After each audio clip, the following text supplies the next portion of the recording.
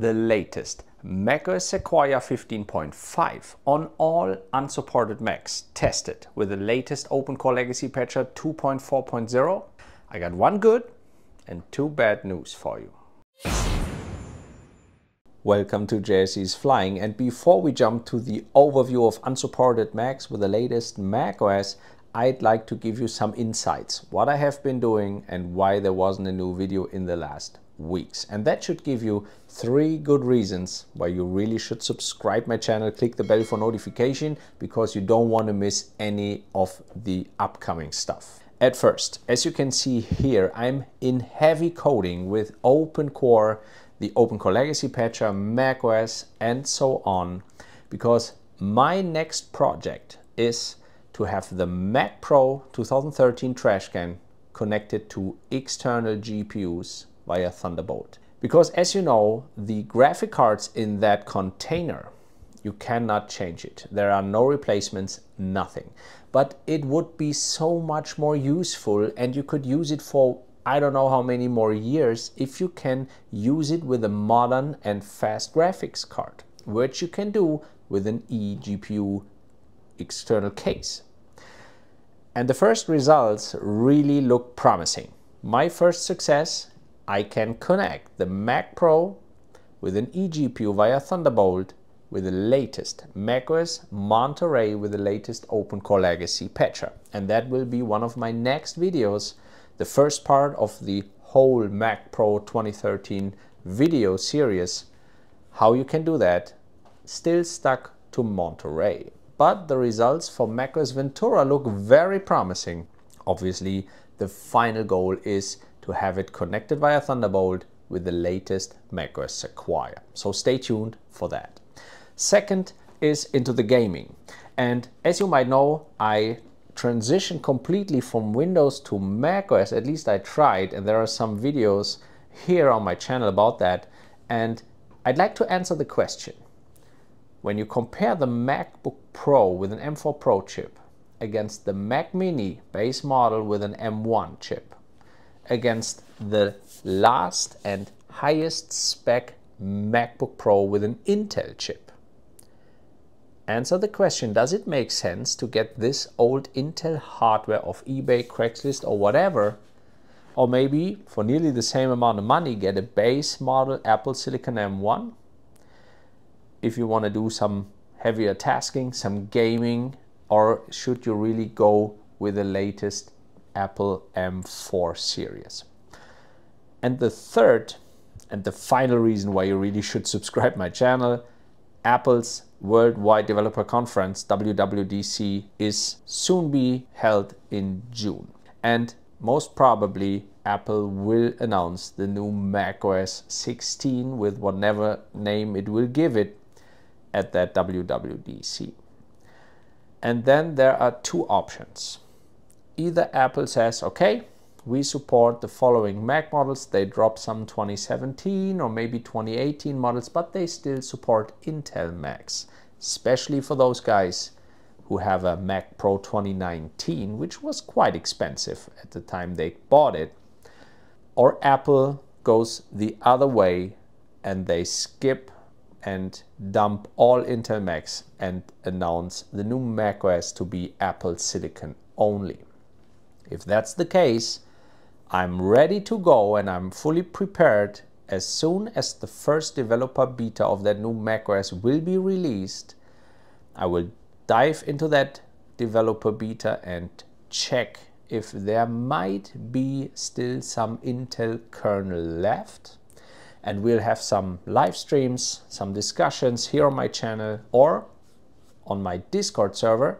And if you haven't joined yet, I strongly recommend you do that. The link is down in the video description. There are more than 3,500 members already helping each other, discussing, and it's such a great community. Thank you so much for that.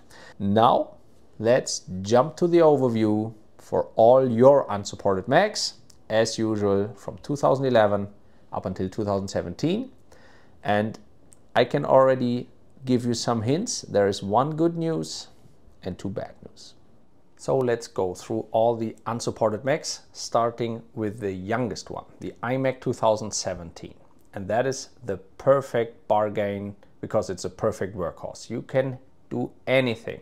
And I didn't find anything that is not working on the latest macOS Sequoia 15.5 with that iMac. The only driver Apple removed was Wi-Fi, and that is handled by the OpenCore Legacy Patcher, which installs the Wi-Fi driver via root patch. By the way, if you want to know more about root patching, KDK, MetalLib package and so on, and how to install an unsupported macOS on an old Mac, here is my ultimate tutorial about macOS Sonoma. Same applies for Sequoia, where you can find way more details and a step-by-step help and tutorial how to install macOS Sequoia on unsupported Macs. The same goes with the MacBook Pro 2016, and there are some more root patches required, but no worry, the OpenCore Legacy Patcher will handle that for you automatically. And it will require, as this is the larger model that has a dedicated graphics card from AMD and the integrated Intel graphics card, it will require the KDK. But that will be downloaded automatically and everything works. The touch bar works. And just for your information, the MacBook Pro 2016, that is one of the very few models with an Apple T1 security chip. Like many newer MacBooks, 2017 and younger, already have the T2 security chip.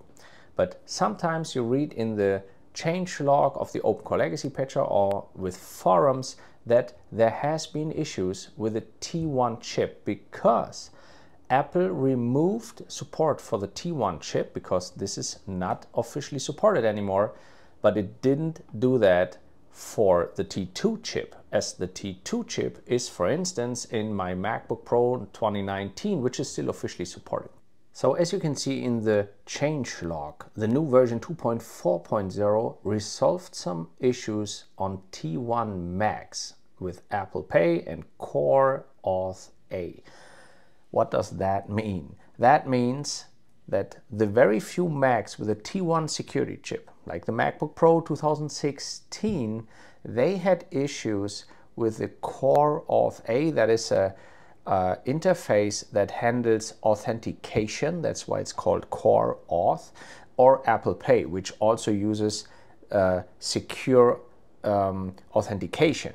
Because the T1 and the T2 chip that you find on the other newer Intel MacBooks, they handle the touch bar, especially the Touch ID or like Face ID, and everything that has to be stored securely, like your fingerprints, for payments, for authorization, for passwords, for the password manager, and so on.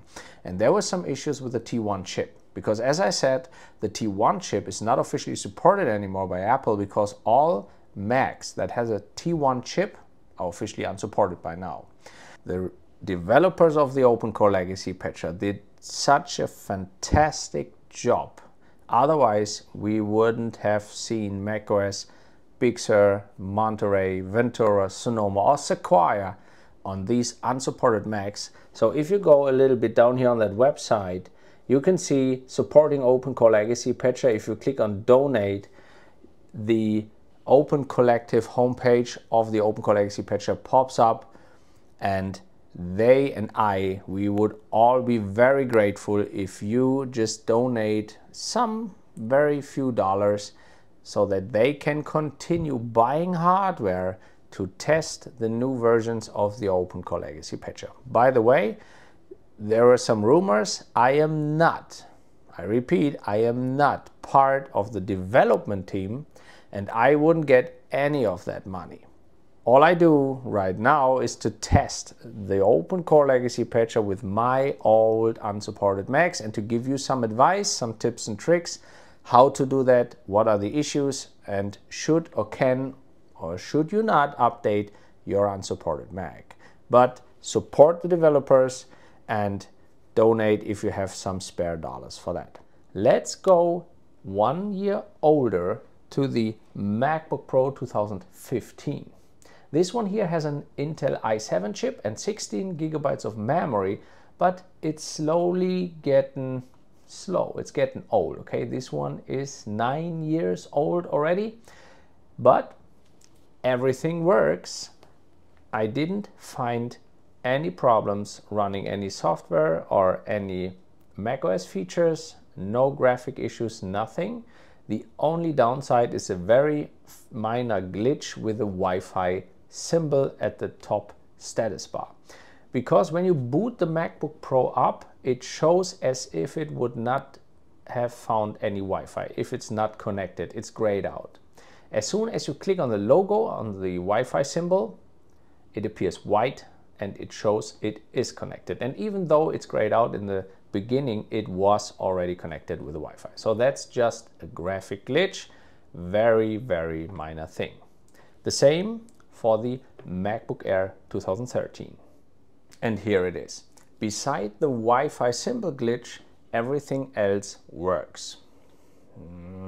Okay, works. If you have seen some of my older videos, that is one of the older Macs that I cannot recommend running macOS Sequoia or Sonoma on, because it's really, really slow. It has a very slow CPU, a very slow processor, as it's the MacBook Air. It has only integrated graphics. It only has 4 GB of memory.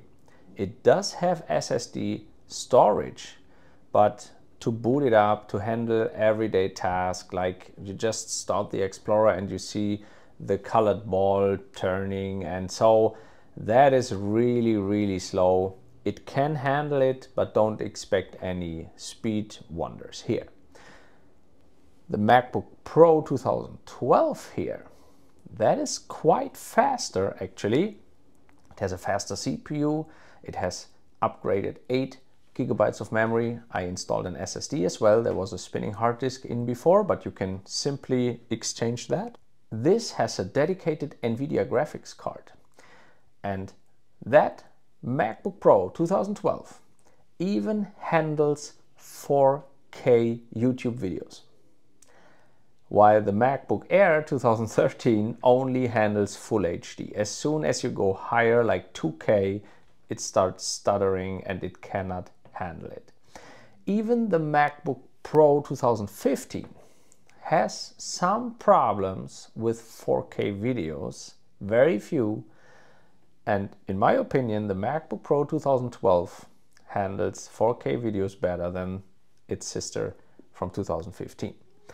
The only thing, those two very old MacBooks, the only issue they have is if you install macOS via the USB method, and it's all described in my tutorial that I linked before. If you install macOS via the USB method, after the, I think, second reboot, the status bar is stuck. And there is a solution for that, and that is to boot it in safe mode. So just keep Shift pressed in the OpenCore boot selector, and then it will boot through, and then you will see that below the bar there is like 1% completed and so on. All the details about this is explained here in my video Stuck on Boot. Now let's switch to the Mac Pros 2012 and 13. The Mac Pro 2013 still got its already known 2 issues, and those haven't been solved with the latest OpenCore Legacy Patcher version. The first one is the transparency of labels in maps.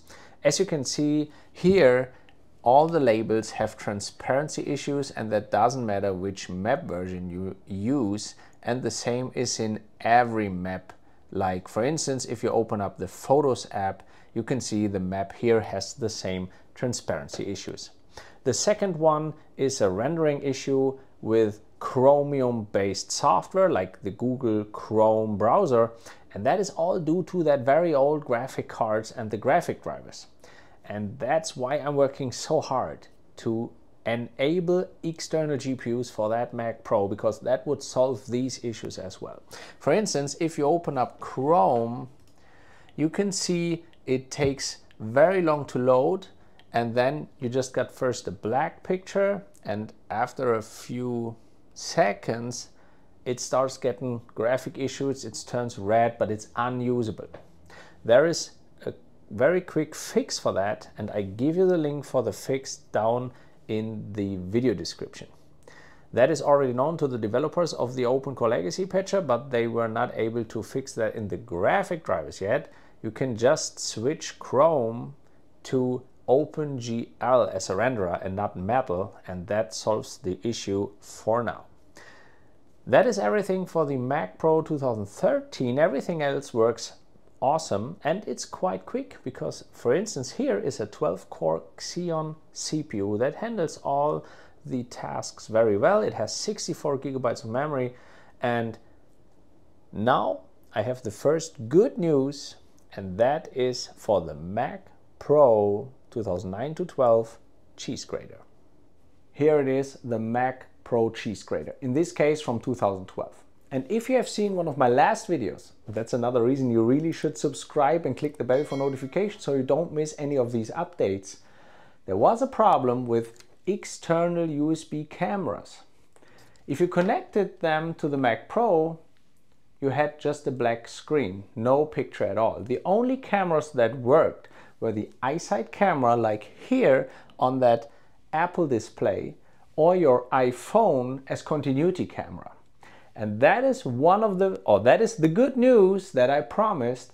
The new OpenCore Legacy Patcher 2.4.0 fixed that issue. So if I just plug my USB camera in here, you can see if I switch to the HD webcam, it works. And it works also with my USB 3.0 extension card. That is the good news for the OpenCore Legacy Patcher 2.4.0. That issue is fixed. So the Mac Pro cheese grater with the latest macOS Sequoia 15.5 and the latest OpenCore Legacy Patcher doesn't have any issues at all. Just one information, as you can find also in my tutorials, if you install an update and after the first reboot there are no root patches installed yet, you need a USB 2.0 hub between the Mac Pro and your USB keyboard and mouse to enter your password, start the root patching, and after another reboot you can use your Bluetooth keyboard and mouse, no problems. Or if you have a USB keyboard and mouse, you don't need that USB 2.0 hub. Except you have the old, for instance, the old Mac keyboard that has an integrated USB hub that works as well. Everything else, awesome. If you happen to install macOS on this unsupported Mac with an PC graphics card, like I have an RX 580 in here, here's my video how you can avoid the black screen issue because you don't have any Apple boot selector with that PC graphics card. All info's in that video. And now let's go 1 year back to my iMac 2011. And unfortunately, this one has some more issues. So what's up with the iMac 2011? And by the way, that's for all Macs 2011 and older. They are non-Metal Macs. So what does that mean? Metal is the graphic interface from Apple to handle graphic animations and acceleration, graphic acceleration, and so on. And the developers of the OpenCore Legacy Patcher were able to implement some drivers for that, very old graphic cards, but like for basic macOS functions. And despite its so large, nice, crisp and clean display, the first bad news is that it cannot handle DRM content. What is DRM content? That is everything you have to pay for, like Netflix, Amazon Prime Video, or Apple TV Plus. Everything where you need a subscription for or you buy some movies streaming. This content is copyrighted and protected, that you just not do a screen record and upload it to the internet. And that DRM content requires special drivers, special hardware that all has to be signed, so you cannot alter it and just copy that protected content. And that doesn't work with that old drivers for that old hardware. And for instance, if you start Apple TV, you can see the trailer coming up because that's not protected, that's just a trailer. You see, that's working. And if you go, for instance, let's just choose the studio, you can see that is the free episode I tried to watch, and now we have the colored ball not spinning, and the whole Apple TV app seems to have crashed. So let's quit that, force quit it actually, because macOS already detected it has crashed and it want to send a report. No, we don't. Let's start Apple TV again. And as you can see, it just switches to full screen, black full screen, and switches back if you try to play a free episode. There's the full screen, and it just pops back into the main menu. That doesn't work. The good news though is you can watch DRM content in the browser. So if you go to Netflix website, log in, and then try to watch a movie, that works. So it's only a small bad news, but the apps that are meant to play DRM content, that doesn't work. What does work though, let me show you that. And by the way, I cannot give you a screen record because it doesn't work with DRM content. But for instance, if we open up Google Chrome, and with the iMac 2011 it works out of the box, there's no Chromium issue despite being 2 years older than with the Mac Pro trash can. If we go, for instance, to YouTube and we just look for a 4K video, let me show you that. For instance, we take the Switzerland video here and we just wait for the ad to finish. Let's just switch the music off. And here in the settings, this one is 4K, 2160p full screen. And you can see buttery smooth. This very old iMac is 14 years old and it plays 4K YouTube videos without any problems. And in the browser, Netflix and Amazon Prime Video and so on work with DRM content. So what else is a disadvantage of that iMac, or what else does not work with that old iMac in macOS? It's just a very few things. If you go to the system settings, you will see that the developers of the OpenCore Legacy Patcher just removed some dynamic wallpapers because they had some problems with that. So if we switch maybe to Sonoma, this dynamic wallpaper works. It shows the dynamic wallpaper. If we switch to the Macintosh wallpaper, you can see it's back with that forest landscape wallpaper and not that dynamic thing. Let me switch back to Sonoma, and now let's try Sequoia dynamic wallpaper. We're back in the forest. So these two, the Macintosh and the Sequoia dynamic wallpapers, were removed because they were a little bit troublesome. Okay, that's a very minor thing, and that was also with an older version of the OpenCore Legacy Patcher as well. The next thing that doesn't work, and that is since Sonoma as far as I know, is Maps. If we go to Maps, the Apple Map Kit, since macOS Sonoma or maybe already Ventura, requires metal. This is a non-metal Mac, and as you can see here in Cupertino, it's just black, and that doesn't matter if we switch to a different map setting, it's still black. So the maps won't work, and therefore in the Photos app you won't even find the point Maps, because they just removed the whole photo map because it always crashed, because the map kit crashed. So here in photos, you just don't see a map. So like if you take photos with the GPS coordinates, you see where you took the photos and have a map with that. That is removed as well. Okay, fine. Just map stuff. The next thing is the weather app. The weather app also has maps like wind and precipitation map and so on. This map obviously doesn't work as well because it's also map kit. And as you can see here, there's a precipitation map for Cupertino. If I just open this up, it's black, like the regular maps as well. So don't expect any maps to work. And you can see mostly sunny here with Cupertino, but it's just blue.